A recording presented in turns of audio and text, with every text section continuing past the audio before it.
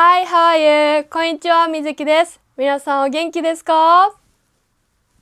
はい、ありがとうございます。私は今日も元気です。はい。ですね、少し前に風邪をひいていましたが、今はやっと元気になりました。最近というかもうずっとなんですけど、日本の3月は本当に気温差が激しいです。もうね、あったかい日があったり寒い日があったり、春の風が強い日が多かったりして、天気があまり安定しないので、最近風邪をひく人が多いんじゃないかなと思っています。そのうちの一人が私でした。私も、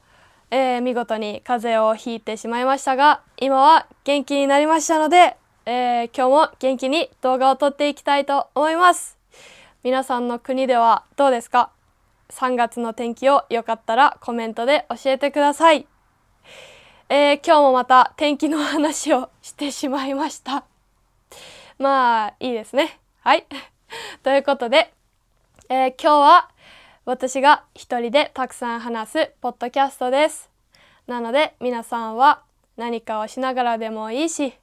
この動画をただ見るのでもいいし、何でも大丈夫ですが、たくさん日本語を聞いて今日も一緒に勉強していってください。みずきです。チャンネル登録お願いします。それじゃあ今日のテーマは新幹線、バス、電車で大変だった話イエイはい、ちょっと早口になってしまいましたが、もう一度言いますと、新幹線とか電車とかバス、そういう乗り物で大変だった話について今日は話していきたいと思います。皆さんは普段バスとか電車によく乗りますか？日本ではそうですね、電車がたくさんありますので、電車に乗る人が多いと思います。そして少し遠くに行くとき、旅行に行くときとかは新幹線に乗ることも時々ありますし、で、バスも時々乗りますね。私は新幹線とバスと電車だったら、バスは、一番あんまり乗らないです。バスは日本であるんですけど、やっぱり電車で行けるなら電車の方が便利かなって思っちゃいますし、そうですね、電車が近くにあれば電車で行くことが多いです。でもし電車で行けなくて、でそこからどうしてもバスじゃないと遠いよっていう場合はバスに乗ります。バスの頻度はそれぐらいです。で、人によっては新幹線もそんなに乗らないよっていう日本人もいるとは思うんですけど、私は今愛知県に住んでいて、で地元が茨城県なので、茨城県に帰る時とかよく新幹線に乗りますし、あとは飛行機を乗るほど遠くはないかなっていう場所だったらそれも新幹線で行きますしっていうぐらいなので、頻度の順番としては、電車が一番よく乗る、でその次に新幹線、そして最後にバスっていう感じです。で、最近は電車もそんなにたくさんは乗らないんですけど、やっぱり学生の時ですね。学生の時は本当によく電車とバスに乗っていました。で、新幹線も時々乗っていました。で、大変だった話があるので、それをちょっと聞いてください。で、いつも通りスマホにメモしたので、ちょっと見ながら話させてください。じゃあ最初、まず1番目は新幹線で大変だった話から話していきたいと思います。皆さんはどうでしょうか？新幹線に乗ったことはありますか？日本にある新幹線はですね、電車よりももっともっと速い乗り物です。もしよかったら日本で一度ぜひ乗ってみてください。はい、本当にスピードが速くて遠い場所に短い時間で行くことができますし、普通の電車よりもやっぱり席も1人ずつちゃんと座れるので結構ね快適なんじゃないかなと思います。で、何が大変だったかと言いますと、これは、多分ワーキングホリデーに行く前ぐらいだったかな。私2023年ぐらいにオーストラリアにワーキングホリデーに行ったんですけど、その前ですね。その前ぐらい、その時も愛知県に住んでいました。で、実家は茨城県です。で、ある時多分お正月だったと思うんですけど、愛知県から茨城県に帰省しようって思ったんですよ。帰省っていうのは、自分が住んでいる場所から地元に帰ることです。で、そのお正月シーズンだったので結構ね新幹線に乗る人が多かったんですよ。新幹線は2つチケットの種類があります。自由席と指定席です。はい。で、自由席っていうのは、席どこに乗るかを選ばないで乗ることです。なので新幹線の種類にもよるんですけど、例えば、新幹線が1号車から16号車まであったら、じゃあ1から3とあと14から16は自由席ですよっていう風にチケットを売っていて、で自由席のチケットを買った人はその1から3、14から16の空いている席にどこでも座っていいですよ、早いもの順ですよっていうチケットです。で、もう一つが指定席です。指定席はその自由席以外の部分ですね。自分が座りたい席を前もって選んでおきます。で、その席を予約するので、もう絶対にその席は自分が座ることができます。でもその分ちょっとだけ自由席よりも指定席の方が値段が高いです。なので、私はよく自由席を買っていました。ちょっとでも節約できたらいいなと思っていたので、できれば自由席のチケットを買いたいなって思って、でいつもだいたい自由席を買っていたので、その時も何も考えずに自由席のチケットを買っちゃったんですよ。でもその時はお正月シーズンでもうめちゃくちゃ新幹線に乗る人が多かったです。で、自由席のチケットを買って、で私はいつも乗る時そのね自由席のチケットなのでちょっと早めに行って早く並んで、で、席に無事に座れるようにしていたので、その時も確か20分前ぐらいには新幹線の列に並んでたんですよ。なんですけど、じゃあ新幹線が来ました。で、その新幹線の中を見たらもうすでに人がいっぱい乗っていましたね。で、もう座れる席がないんじゃないかなって思うぐらい自由席のところがいっぱいになっていて、で新幹線のドアが開いて入ったんですけど、案の定残念ながら座れる席がもう空いてませんでした。うわーってなって、新幹線で座れなかったことその時が初めてだったんですよ。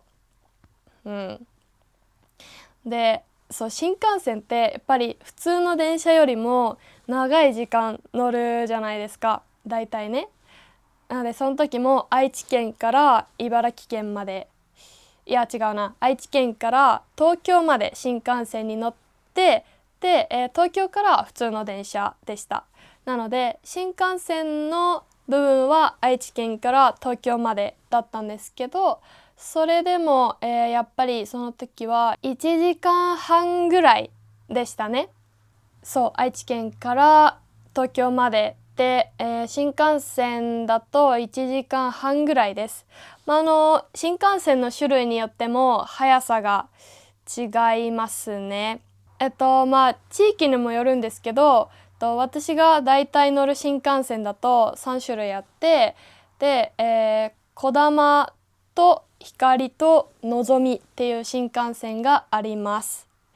で、私がその時乗った新幹線が確かひかりだったかなと思います。で、のぞみが一番早い新幹線で、ひかりがその次で、その次がこだまですね。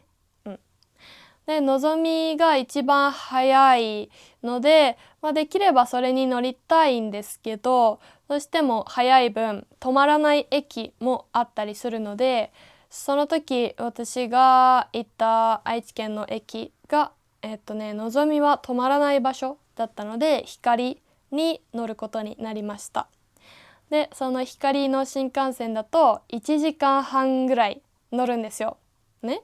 愛知から東京までね。で、1時間半も座れないとやっぱりしんどいじゃないですか。大変ですよね。で、新幹線で座れなかったことなかったので、本当にめちゃくちゃびっくりしました。でもしょうがないなと思って、もう私と一緒にその駅で並んでいた人たちはもうみんな座ることができなくて、新幹線の席と席の間の通路の部分にみんな立ってました。で、危ないので、近くの椅子をちょっと捕まったりしながら立っていましたね。そう、でもやっぱり疲れるじゃないですか。そう、ずっと長い間ね、しかも速い新幹線の中でずっと長時間立ってるのって大変なので、私も含めみんな疲れてきちゃって、で、だんだんもう通路に立っていた人はその場で座り始めました。もう通路に座っちゃいましたね。そうで、それでなんか面白いなって思ったんですよ。もちろん大変だったんですけど、このなんか日本の電車で通路に座る光景を見るのってあんまりなかったので、もちろんね、電車で満員電車の時でも通路だったらみんな立ってますし、座ってる人なんてほとんどいないんですよ。そうなので、新幹線で通路でみんな座り始めた時に、なんか日本でもこういう光景見れるんだなと思って、ちょっと面白かったです。はい。でも大変だった、本当に。やっぱり新幹線は座らないとめちゃくちゃ大変なので、次からはお正月シーズンとか、あと長期休みのシーズン、日本でいうとゴールデンウィークっていう5月の長い休みがあるんですけど、そういう新幹線に乗る人が多い時は自由席じゃなくて指定席のチケットを早めに買っておいた方がいいなっていうことをその時に学びました。それが新幹線で大変だった話です。新幹線だけでもうこんなに話している。びっくりです。はい、それでは次、電車で大変だった話について話したいと思います。皆さんまだまだついてきてくださいね。ちょっと今日は長くなるかもしれません。はい、なんで料理しながらでもいいし、ドライブしながらでもいいし、ながら聞きで全然いいので、最後まで聞いてくれたら嬉しいです。それじゃあ、電車で大変だった話です。私は高校も家から電車で通っていたし、あと大学も電車で通ってました。で、これは多分大学生の時でしたね。で、そもそも家から大学までがめちゃくちゃ遠かったんですよ。家から電車に乗って、それでだいたい1時間半ぐらい乗って、で、そこからバスでした。大学の近くに駅がなかったので電車降りて、でそこからバスでそれも20分ぐらい乗って、で大学の近くで降りて、で歩いて大学に行くっていう感じだったので、家から大学までは2時間ちょっとかけて片道ね、毎日通っていました。いやー、それも大変だった。それ自体もすごく大変だったんですけど、これ以外に大変というか、なんかやらかしたな、やってしまったなっていう話があります。で、それは電車で寝過ごしたことです。寝過ごしたってどういう意味でしょうか。寝過ごしたっていうのは、電車で寝てしまって、降りたい場所を過ぎてしまうことです。これを寝過ごすって言います。はい。で、私は電車で寝過ごすことを本当によくやってました。なんか日本じゃなくて他の国で電車で寝たりバスで寝たりするのは、何か盗まれる可能性がすごく高いから危ないって聞いたことがあるんですけど、皆さんの国ではどうですか？電車で寝るのは危ないことですか？大丈夫ですか？よかったらコメントで教えてください。で、日本では電車で寝てる人は本当にたくさんいます。絶対に大丈夫っていうわけではないんですけど、寝ている人は本当にたくさんいます。で、私もそのうちの一人でした。いやーね、家から大学まですごく長い時間電車に乗るっていうこともあって、で、朝行く時も眠いし、で大学で授業終わってから帰る時も疲れているので眠いしっていうので、よく電車で寝てましたね。電車で大学の宿題をやるか寝ているかどっちかでしたで、本当に何回もやったことがあるんですけど、その中でも一番やらかしたなっていう話について話します。で、ちょっと頑張って説明するんですけど、その時は大学から家まで電車で帰っている時でした。で、じゃあ、私が降りたい駅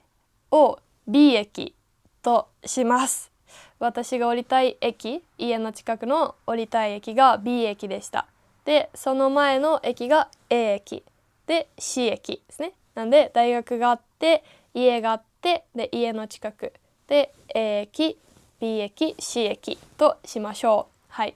いろんな駅の名前出すとちょっと分かりにくいかなと思うので ABC にします。で、私は B 駅で降りたかったんですよ。なんですけどいつも通り電車で寝てしまいました。で、本当にその時は爆睡しちゃって、ではっって起きた時にはもう C 駅だったんですよ。C 駅行ってみて、うわやばいと思って急いで降りました。で C 駅まで来ちゃったので、その反対側の反対に戻る電車にもう一回乗りました。わあ早く帰りたいって思いながら乗ったんですよ。でね、そんなことになってしまったから集中していないといけなかったと思うんですけど、また寝ちゃったんですよ。でまた寝ちゃって、でうわまた寝ちゃったと思って起きたら次 A 駅でしたなので B 駅で降りたいのに1回目は C 駅まで行っちゃって、で2回目はまた B 駅通り越して A 駅まで戻っちゃったんですよ、寝ててね、最悪ですよねでうわーってなって、私はもう今日家に帰ることができないんじゃないかって思うぐらい眠くて電車で寝ちゃったんです。で、いやもうしょうがないからもう一回反対側に行って、戻るというか反対方面の電車にもう一回乗って、で今度はもうめっちゃ集中して起きて、電車の外を見て、で私が降りたい B 駅に着いて、よしここだ、やっと降りれるぞと思って降りました。はい、無事にやっと降りることができました。もうね大変でしたね。そんなことありますっていうね、もうなんか夢でも見てるのかなって思ってました。一生降りたい駅で降りることができない悪い夢を見ているのかなと思ったんですけど、現実でした。で無事に降りることができましたが、もう本当にね大変でした。なので1回目降りれない、2回目降りれない、3回目やっと降りたい駅で降りるっていう感じだったので、これこそ3度目の正直だって思いましたちょっとねこの言葉をついでに紹介したかったんですけど、3度目の正直ってどういう意味でしょうか。3度目の正直っていうのは、3度目は3回目って同じ意味なんですけど、1回目で失敗して2回目で失敗して、でも3回目では、できるっていうことです。なので 1,2 回失敗することがあっても3回目ではきっとできるっていう意味のことわざですまあね、なんかもっと頑張ることがあって、でチャレンジしてやっとできた、3度目の正直だっていうポジティブな時にできれば使いたいなと思うんですけど、これはやらかした話で、3度目の正直でやっと自分の降りたい駅で降りることができましたっていう、ちょっとバカな話でしたはい、皆さんはどうでしょうか。電車で何かやらかした話はありますか。寝てしまったことはありますかよかったらこれもコメントで教えてください。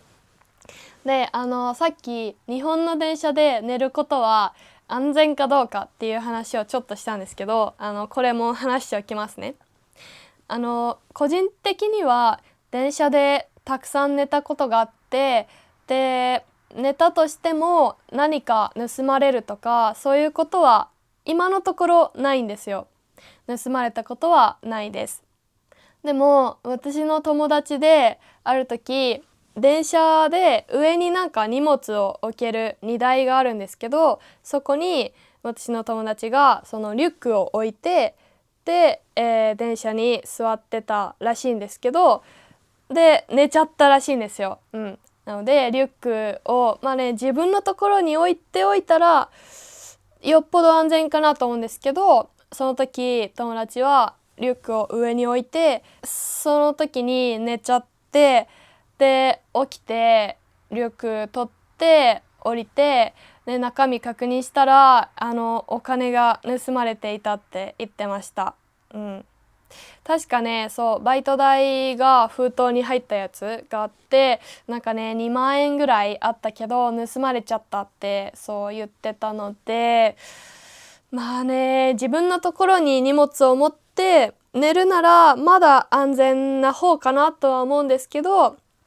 その自分からちょっと遠いところに荷物を置いたりするときはいくら日本でもちょっと気をつけた方がいいかなとは思いました。なので、寝ない方がいいんですけどね、寝ないのが一番安全ではありますけど、もし寝ちゃうなら荷物は自分の近くに置いておきましょうっていう日本に来た時の注意です。はい。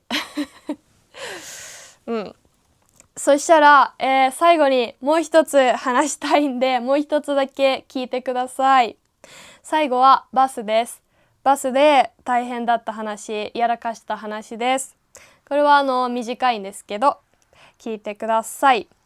でさっき大学生の時家からまず電車に乗って、でその後バスに乗るって言ったじゃないですか。でその時は朝でした。で、家から電車に乗って、で、バスに乗り換えてバスに乗っていました。で朝なのでその時もめちゃくちゃ眠かったんです。でバスでも私はなんと寝てしまいました。でその時友達も乗ってなかったんですよ。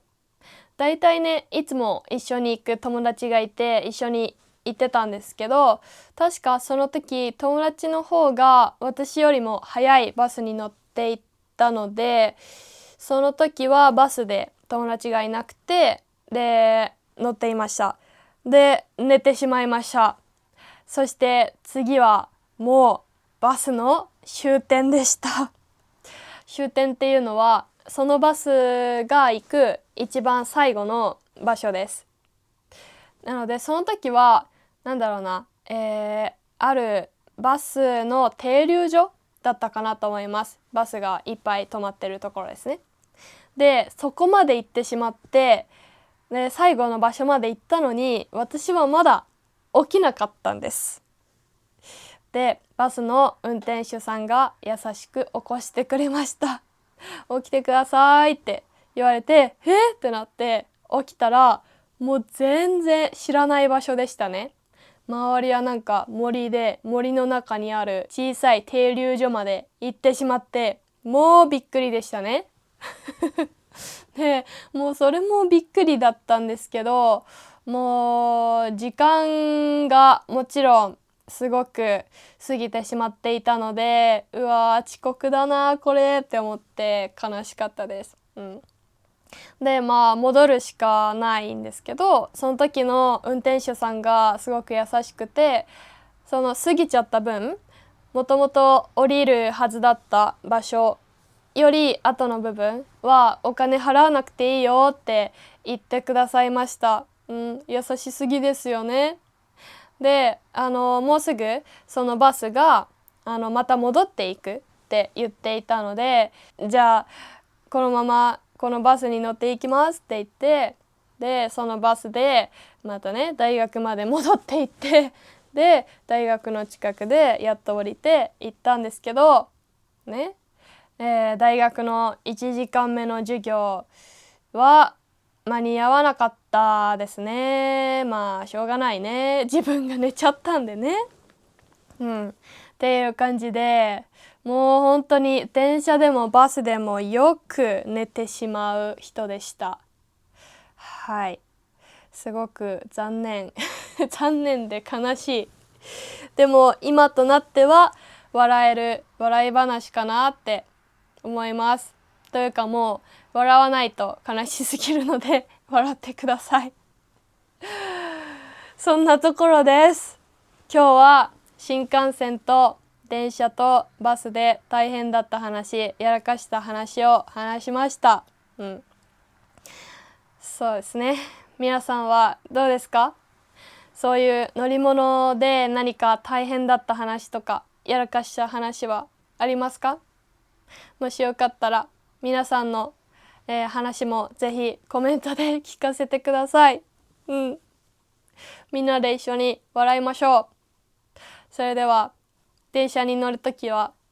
寝ないように気をつけてこれからは行きたいと思います。って言っても多分無理ですはい、それじゃあ今日はここまでにしたいと思います。なんかね、喋りたいことをずっと話していたらこんなに長い時間話していました。久しぶりに長い動画になりましたが、最後まで聞いてくださると嬉しいです。それでは今日もチャンネル登録とグッドボタンとコメントよろしくお願いします。まだまだチャンネル登録者2000人目指していますのでご協力よろしくお願いします。そしていつも通りですが、日本語のオンラインレッスンはプレプリとiTalkiでやっていますので、興味がある方はぜひ一緒に日本語を勉強しましょう。それでは皆さん今日も来てくださってありがとうございました。また次回お会いしましょう。またね。See you later. Bye bye.